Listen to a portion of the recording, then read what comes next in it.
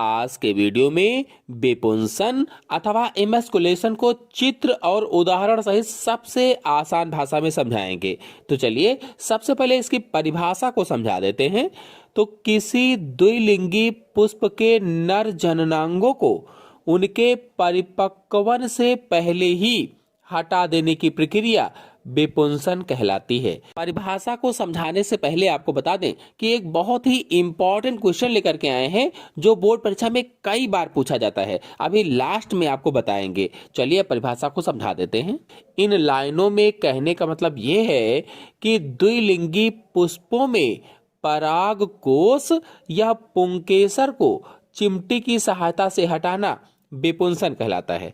देखिए नर जननांगों, इसका मतलब क्या हुआ? नर जनन अंग पराग कोष या पुंकेसर होते हैं और इनको चिमटी की सहायता से हटाना ही विपुंसन कहलाता है। देखिए द्विलिंगी पुष्प का मतलब ही होता है कि दोनों लिंग एक ही पुष्प में पाए जाते हैं, यानी नर और मादा जनन अंग एक ही पुष्प में होंगे तो पुष्प का मादा जनन अंग जायांग या स्त्री केसर होता है और नर जनन अंग पुमंग या पुंकेसर होता है।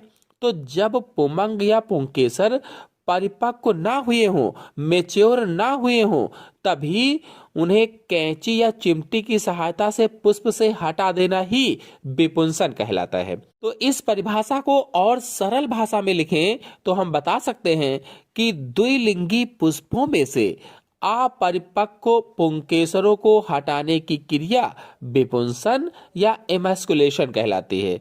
जो द्विलिंगी पुष्प होते हैं उनमें से अपरिपक्व पुंकेसरों को हटाने की जो क्रिया है उसे ही विपुंसन या इमैस्कुलेशन कहते हैं।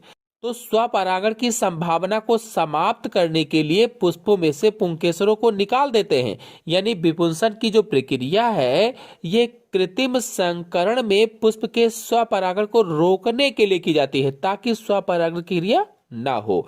और आपको बताते चलें कि विपुंसन या बाध्यकरण में पौधों के द्विलिंगी पुष्पों के पराग कोषों को उनकी कलिका की स्थिति में ही चिमटे से निकाल लिया जाता है। जब वो कलिका अवस्था में पुंकेसर या पराग कोष होते हैं तभी उनको चिमटी से निकाला जाता है। इन पुष्पों को मादा पुष्पों के रूप में प्रयोग करते हैं।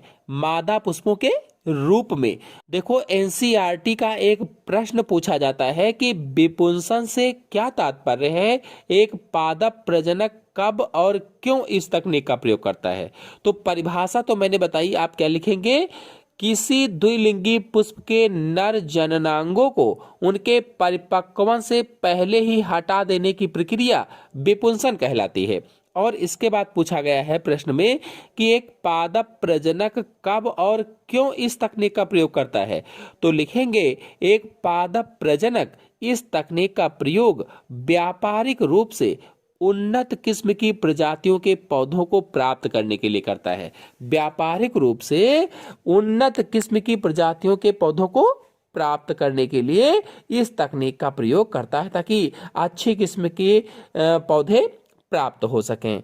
तो कुल मिलाकर के आपको परिभाषा में लिखना होगा कि द्विलिंगी पुष्पों में अपरिपक्व पुंकेसरों को हटाने की प्रक्रिया ही विपुंसन कहलाती है और यह क्रिया स्वपरागण की संभावना को समाप्त करने के लिए की जाती है और इस तकनीक का प्रयोग व्यापारिक रूप से उन्नत किस्म की प्रजातियों के पौधों को प्राप्त करने के लिए किया जाता है।